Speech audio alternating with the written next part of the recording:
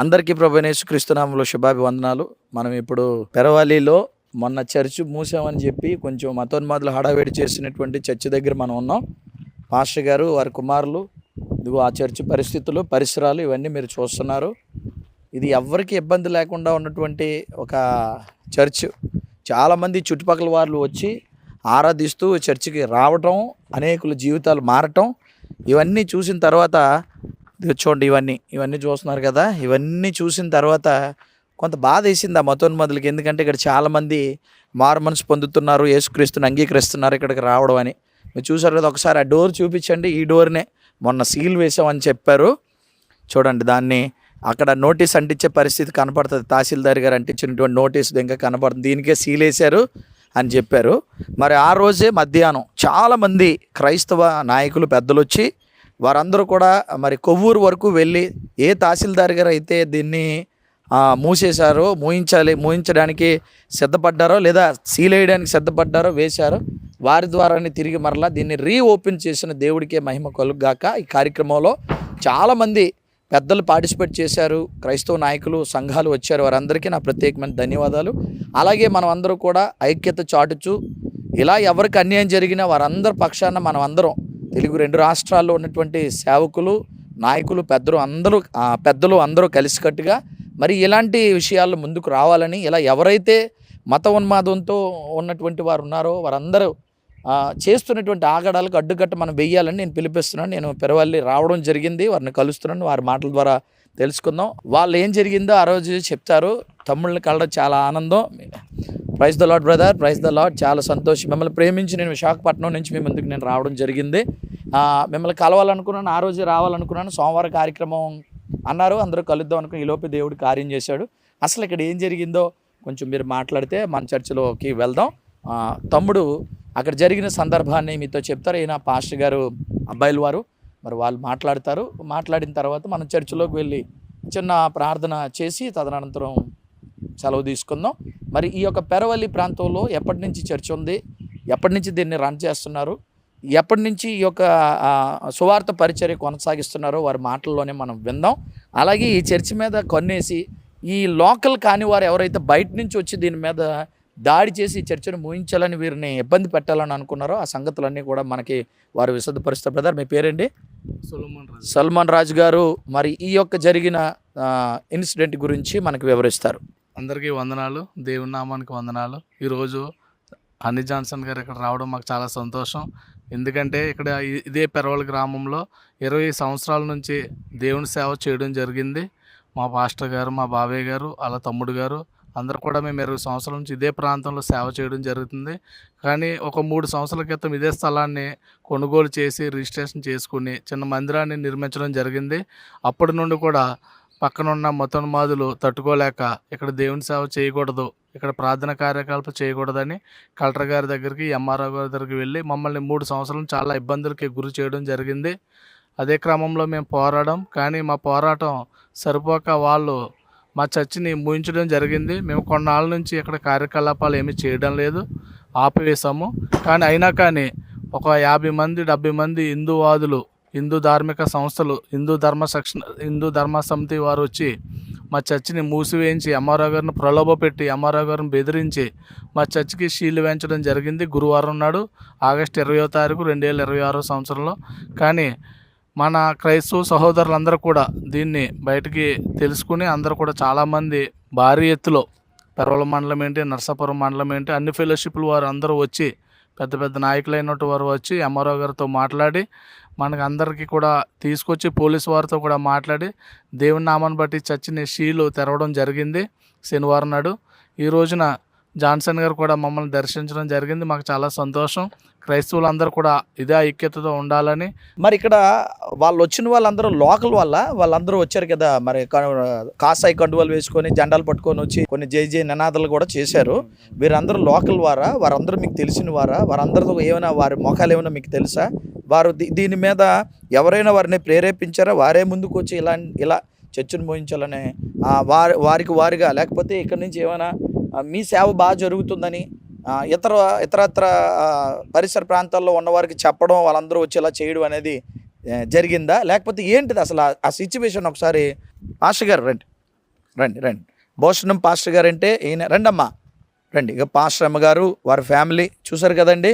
వారు చేస్తున్న మంచి సేవని పాడు చేయాలని వందనాలు, అందరికీ వందనాలండి. ఇదిగో పాస్టర్ గారు 20 సంవత్సరాల నుంచి మంచి సేవ చేసి మందిరాన్ని కొనుగోలు చేసి వారి సొంత డబ్బులతో సంఘం యొక్క సహాయంతో దీన్ని నిర్మిస్తే మతోన్మాదులు కళ్ళు కొట్టి ఇతర ప్రాంతాల నుంచి కూడా ఈ యొక్క చర్చిని మూయించాలని చెప్పి చాలా పన్నాగాలు పన్నారు. మరి ఇతర ప్రాంతాల నుంచి కూడా వచ్చినట్టుగా నాకు సమాచారం. మరి అది నిజం అబద్ధం తమ్ముడు చెప్తాడు, విందాం. అందరికీ ప్రభునామమున వందనాలండి.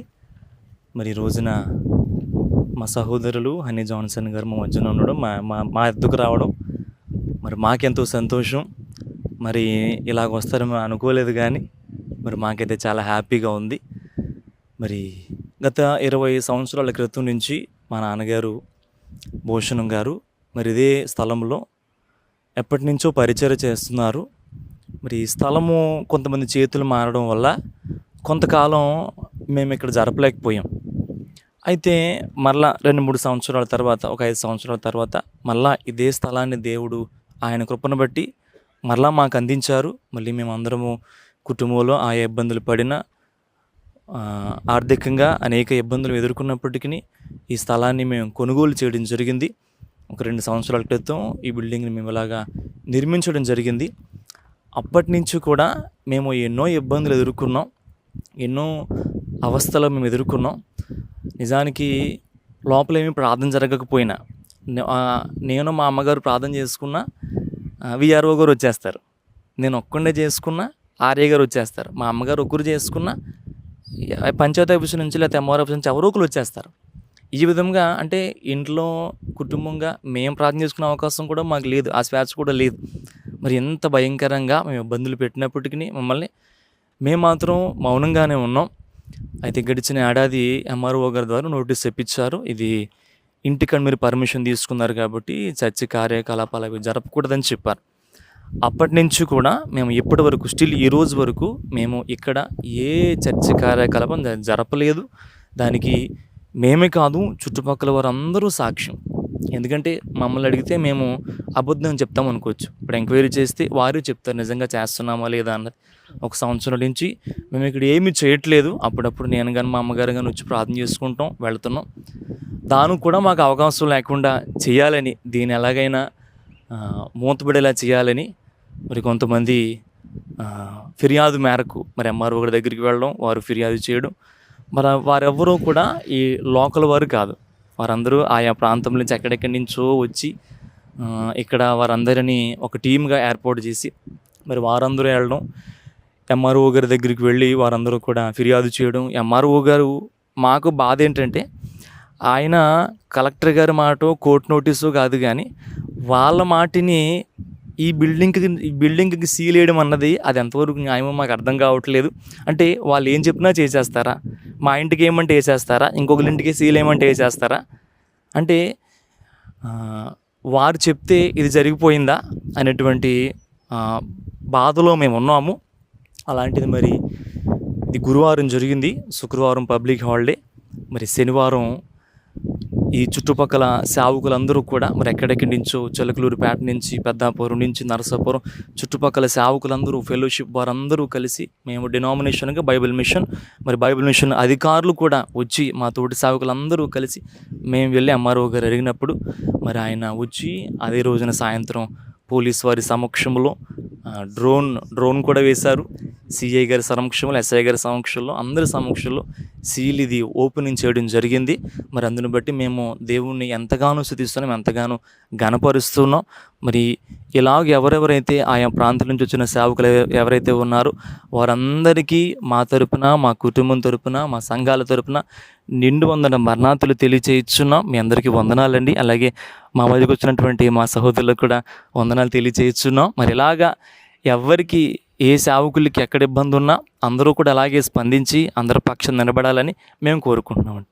థ్యాంక్ యూ బ్రదర్, చాలా మంచి మాటలు చెప్పారు. చివరిగా భూషణం గారు, ఇక్కడ సేవ చేస్తున్న సేవకులు పాస్టర్ అమ్మ గారు ఉన్నారు. అంత మంచి కుటుంబము.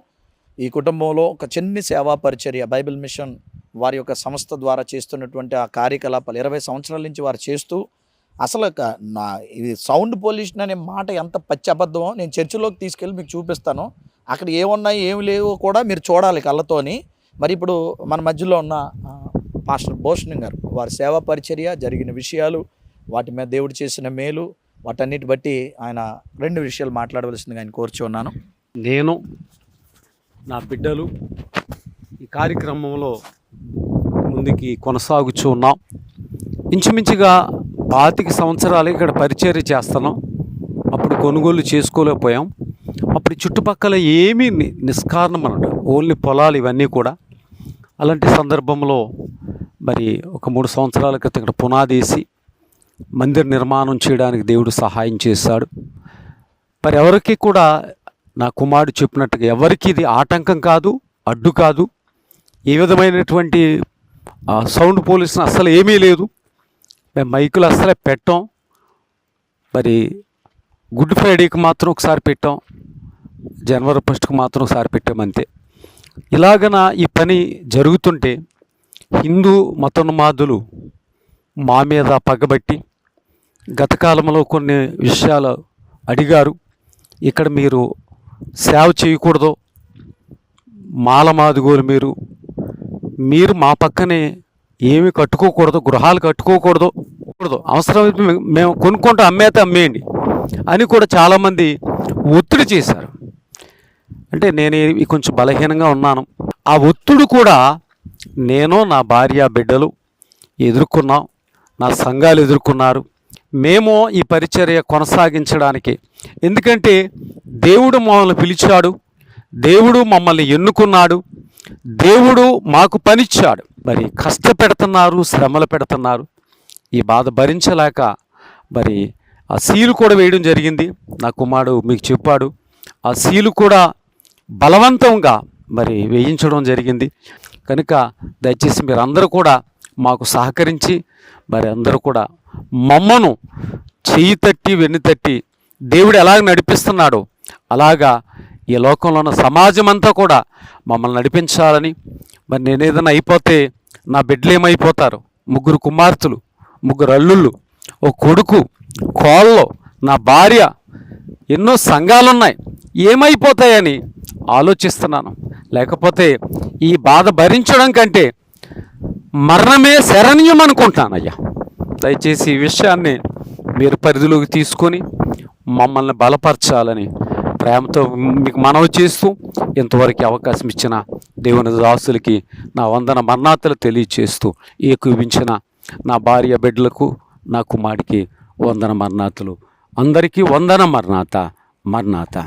నేను ఒక మాట చెప్పండి. మరి మా చిన్నప్పటి నుంచి ఒక ప్లెడ్జ్ నేర్చుకున్నాం మనందరం. భారతదేశము నా మాతృభూమి, భారతీయులందరూ నా సహోదరులని. మరి మేము ఇతర మతస్థుల్ని ఎవరినైనా మేము గౌరవిస్తాం. అయితే ఇదే భావజాలన అందరూ కలిగి ఉండాలని మేము ఆశిస్తున్నాం. ఎందుకంటే మేము ఎవరికి వ్యతిరేకం కాదు, మేము ఎవరికి అడ్డు కాదు. అయితే వాళ్ళ దేవుళ్ళకి వాళ్ళు ఎంత ప్రాముఖ్యత, మా దేవుళ్ళు మాకు అంతే ప్రాముఖ్యత. కాబట్టి మేము అందరినీ గౌరవిస్తున్నాం. ఇదేదో కాంట్రవర్సీకి వీడియో చేయాలని కాదు, కానీ మరి మేము ఎలాగూ గౌరవిస్తున్నామో తోటి వ్యక్తులు కూడా అలాగే ఎదుటివారిని గౌరవించాలి. అంటే మతాన్ని కాదండి, మనిషిని చూడండి, మనిషిలా చూడండి, ముందున్న మతాన్ని కాదు. మరి ఆ విధంగా ప్రతి ఒక్కరూ ముందుకెళ్ళాలని నేను ప్రేమపూర్వకంగా కోరుకుంటున్నాను. Thank you. ఒక్క మాట చెప్పండి, పర్వాలేదు. ఏం జరిగింది మీ అనుభవం మాత్రం చెప్పండి. ఇక్కడ ఏం జరిగిందో ఒక్క మాట చెప్పండి. అందరికీ వందనాలండి, వందన మరణాతలు. మరి అలాగే మరి ఈ మందిరం 3 చోట్ల మార్చాం. ఫస్ట్ రోడ్డు మీద పెట్టాం, తర్వాత ఇక్కడికి వచ్చాం, ఇక్కడి నుంచి ఇంకో చోటకి వెళ్ళాం. మరి ఈసారి ఏదేమైనా దేవుడు సొంత స్థలం ఇవ్వాలి, మార్చి కట్టాలంటే ఇబ్బందులు అయిపోతున్నాయి. మరి చాలా ధనం వెచ్చిస్తున్నామని చెప్పేసి ఒకటే ప్రార్థన చేసాం, ప్రభు 1 సెంటు స్థలమే మాకు పెరవల్లో అని మేము ప్రార్థన చేసినప్పుడు, మేము ఎక్కడైతే పెట్టి తీసేసామో అదే స్థలాన్ని దేవుడు మళ్ళీ మాకు 4 సెంట్లు స్థలాన్ని ఇచ్చాడు. అయ్యో ప్రభా, మేము చేసిన ప్రార్థన వాళ్ళకించావు, 1 సెంటు అడిగితే 4 సెంట్లు ఇచ్చావు, మేము ఎక్కడి నుంచి వెళ్ళిపోయామో మరలా మాకు అదే నువ్వు స్థలాన్ని చూపించావని మేము మరి స్థలాన్ని మేము చాలా కష్టంతో ఇల్లు తనఖా పెట్టి ఈ స్థలం కొనటం జరిగింది. కొన్న తర్వాత మరి మా సంఘాల సహకారంతో మందిరం మేము కట్టామండి. అందరూ సహకారం అందించారు, బంధుమిత్రులు కూడా సహకారం అందించారు. మరి ఇలా కట్టాక ఇది ఓపెనింగ్ చేసిన కాడి నుంచి మరి కొన్ని ఇబ్బందులు మరి మాకు ఎదురవునాయి. మరి ఆ సమయాన్ని బట్టి మేము దీనికి దూరంగా ఉన్నాం. మరి అంటే మేము అవన్నీ బాధ పెట్టకూడదు, వాళ్ళే మారుతారని ఇబ్బంది పెట్టే వరకు ప్రార్థన చేస్తున్నాం అంతే, ఇంకేం చేయట్లేదు. ప్రభు వాళ్ళు మార్చు, నీ పని అక్కడ జరగాలి అని ప్రార్థన చేస్తున్నాం, ఎన్నో ప్రార్థనలు. మరి అనుకోని రీతిగా దేవుడు ఎందుకు ఆ సీలు వేయించాడో, మరి ఎందుకు మళ్ళా మందిరం అనే దేవుడు ఈ సీలును తీయించాడో మాకైతే అర్థం కాలేదు. చేసిన ప్రార్థనలు దేవుడు ఆలకించడం మేము అనుకుంటున్నాం. మరి ఇల్లు అనుకున్నాం కానీ దేవుడు మందిరం అనే అందరికీ బయలుపరిచాడండి. మేము చేసిన ప్రార్థన వ్యర్థం కాలేదు. మరి వేయడానికి తీయడానికి సహాయం చేశాడు. అలాగే అనేక మంది దైవ సేవకులు, అలాగే మా సంఘాల వారు మరి ప్రాంతాల నుంచి, చాలా ప్రాంతాల నుంచి వచ్చారు. మనందరికీ మరి వందన మరణాతలు సహకరించినందుకండి. మళ్ళా మరి ఇది కొంచెం వల్ల ఇబ్బందిగా ఉంది అనిపిస్తుంది. అదేమీ జరగకుండా మరి రేపు శుక్రవారం నుంచి ఇక్కడ ప్రార్థన జరిగేటట్టు మీ అందరూ కూడా ప్రార్థన చేయండి, దీని విషయంలో సహకరించండి. అందరికీ వందన మరణాతలు. థ్యాంక్ యూ అమ్మా, చక్కటి మాటలు చెప్పారు. చివరాఖరిగా మీరు చాలా మంచి విషయాలు చెప్పారు. దేవుడు మిమ్మల్ని అనుకోని రీతిగా మీరు ఏదైతే వదిలి వెళ్ళిపోయారో 1 సెంటు స్థలాన్ని 4 సెంట్లు చేసి మిమ్మల్ని ఆశీర్వదించారు. ఈ చిన్న సంఘంలో జరిగిన గరిబిలి 2 తెలుగు రాష్ట్రాలతో పాటు చాలామందికి తెలిసేలా చేశారు. ఇదిగోండి చూడండి, దీన్నే ఏం చేశారు తెలుసా? ఇది ఒక్కసారి పట్టుకున్నాను. దీనే ఇదే సీర్ దీని మీద అంటించారండి. మనం లోనికి వెళ్దాం ఒకసారి రండి. దీని మీద అంటించారు. ఇదిగో దీని మీద అంటించారు. ఇది ఒకసారి చూపించినాను. ఇదిగో దీని మీద అంటించింది ఇదే. ఏదైతే ఇక్కడ సీలు వేశారో, ఏదైతే అంటించారో దాన్ని అధికారుల చేతులతోనే చింపి అవతల పారేసేలాగా దేవుడు చేశాడు. దేవుడికి మహిమ కలుగుగాక. మనం మందిరంలోకి వెళ్తున్నాము. మనం ఇదిగోండి వారి యొక్క స్థలం. ఇక్కడ మొదట రండి పాస్టర్ గారు ఒక్కసారి రండి, మనం చివరికి వెళ్దాం. ఇదిగోనండి వారి మందిరం. 1 సెంటు స్థలం అనుకుంటే 4 సెంట్ల స్థలంలో దేవుడు వారి మందిరాన్ని మరి కట్టుకునే అవకాశం ఇచ్చాడు. ఇంకా సేవ చేయడానికి వారు మరి ముందుకు వస్తున్నారు. సేవ చేయకముందే వారికి భయం వేసి ఇటు వచ్చేయండి అమ్మా, ఇటు రండి, ఇలా రండి నాన్న, ఇటు పక్క రండి అందరూ ప్లీజ్, ఇటు వచ్చేయండి. ఇక్కడ మీరు అందరూ చూస్తున్నారు కదండి, సౌండ్ పొల్యూషన్ అనడానికి ఇక్కడ ఒక్క బాక్స్ మీకు కనబడుతుందా? ఒకసారి చూపించినా ఒక్క బాక్స్, ఎక్కడైనా ఒక్క బాక్స్ చూడండి. ఇదిగోండి ఇందులో కూడా ఆ రూమ్లో చూడండి, ఇది రూమ్ అది దానా. ఇదంతా పాపం వారు పాస్టర్ గారు ఉండడానికే ఒక స్టోర్ రూమ్ లాగా చిన్నది కట్టుకున్నారు. ఇదిగోండి ఇక్కడ ఒక్క బాక్స్, కనీసం ఒక మైక్కి సంబంధించింది ఏది లేకపోతే, వైరింగే లేకపోతే సౌండ్ పొల్యూషన్ ఎలా అవుతుంది? ఇది ఇలా రండి, ఎలా అవుతుంది అసలు సౌండ్ పొల్యూషన్? పాస్టర్ గారు ఇందాక చెప్పినట్టుగా మరి ఎప్పుడు అది క్రిస్మస్కి చేసుకున్నప్పుడు బయట నుంచి, క్రిస్మస్కి గుడ్ ఫ్రైడేకి బయట నుంచి చిన్న బాక్సులు తెచ్చుకొని మీరు పెట్టుకొని ఆరాధన చేస్తే ఊరోళ్ళందరికీ అక్కడ ఏమైందంటే సౌండ్ పొల్యూషన్ అయిపోయిందంటే. ఇది ఎంత ఆశ్చర్యం చూడండి, ఎంత అబద్ధమో చూడండి. మతోన్మాదంతో ఇతరత్ర ప్రాంతాల నుంచి కత్తిగట్టి కక్షగట్టి ఈ సేవకుడు కుటుంబాన్ని క్షోభ పెట్టి మానసిక ఒత్తిడి తెచ్చి మరలా కులంతో దూషించి ఇక్కడ మీరు ఉండకూడదని ఎంత ఇబ్బంది పెడితే సేవకుడు అనారోగ్యంతో ఉండి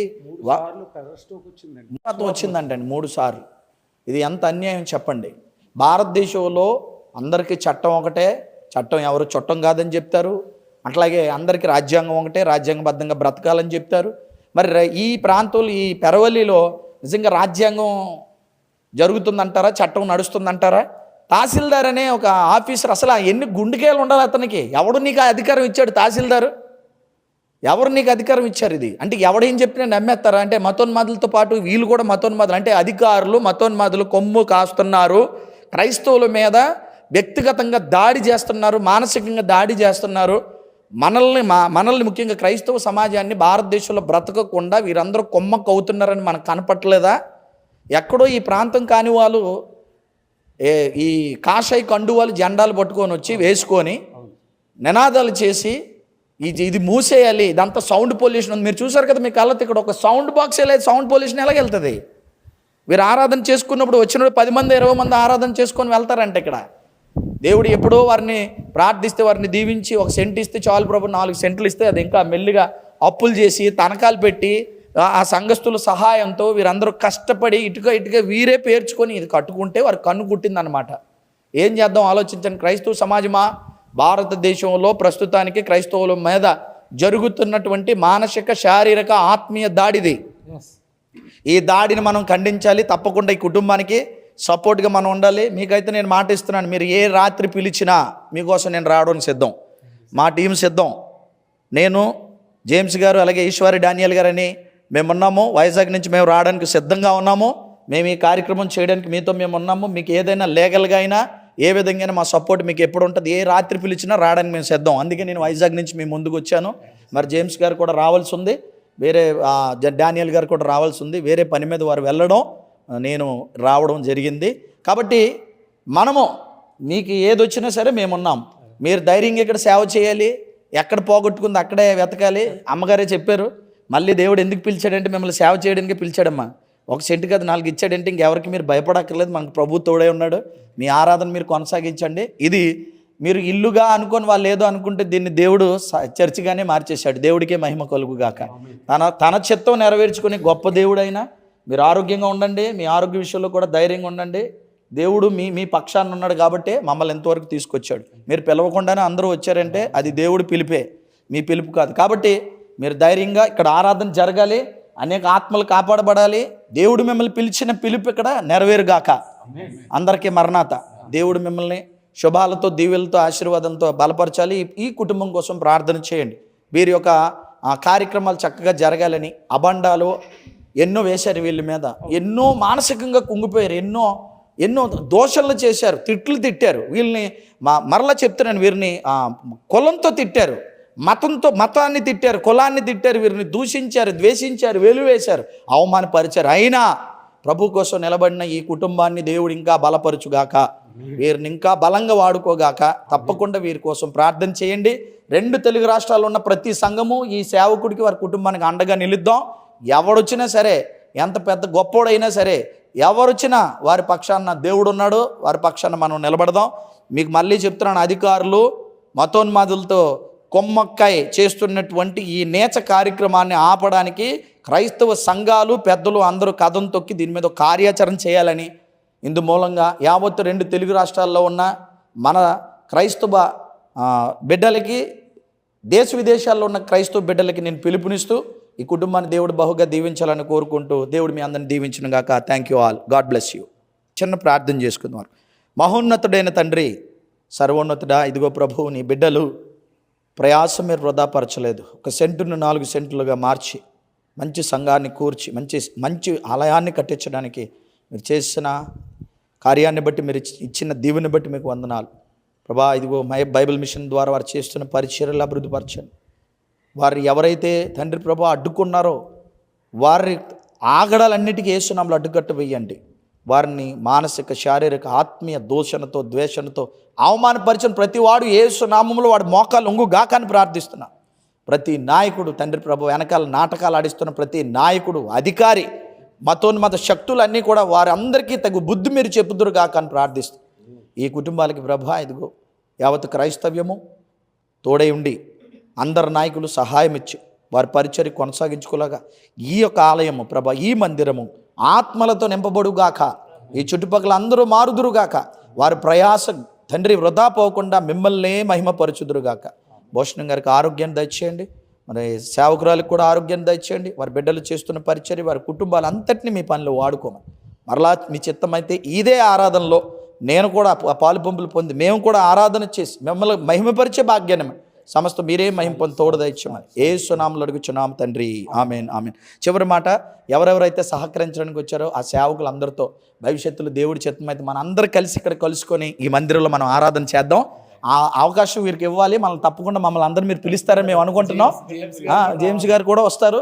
మేమందరూ అవును, జేమ్స్ గారు అందుకే చెప్పమన్నారు. మీకు ఇప్పుడు ఫోన్ చేస్తాను, మాట్లాడతారు. అవును, ఫోన్ ఇందాక మాట్లాడారట. నేను ఫోన్ చేస్తాను, మాట్లాడదురు. కానీ ఇక ఈ ఆలయంలో మేము అందరూ రాబోతున్నాం. తప్పకుండా మీరు పిలిస్తే మేము వచ్చి ఆరాధన చేస్తాం. మీరు ఎందుకంటే అందరూ రావాలి, వచ్చి మిమ్మల్ని బలపరచాలని ఇంకా ఆశ ఉంది. మేము వైజాగ్ నుంచి ఇంకెవరెవరైతే ఏ ప్రాంతాలు వచ్చారో వారందరూ రావాలి, ఆరాధన జరగాలి, దేవుడు గణపరచబడాలి, ఇక్కడ మీరు స్థిరపరచబడాలి. ఆమెన్. Thank you.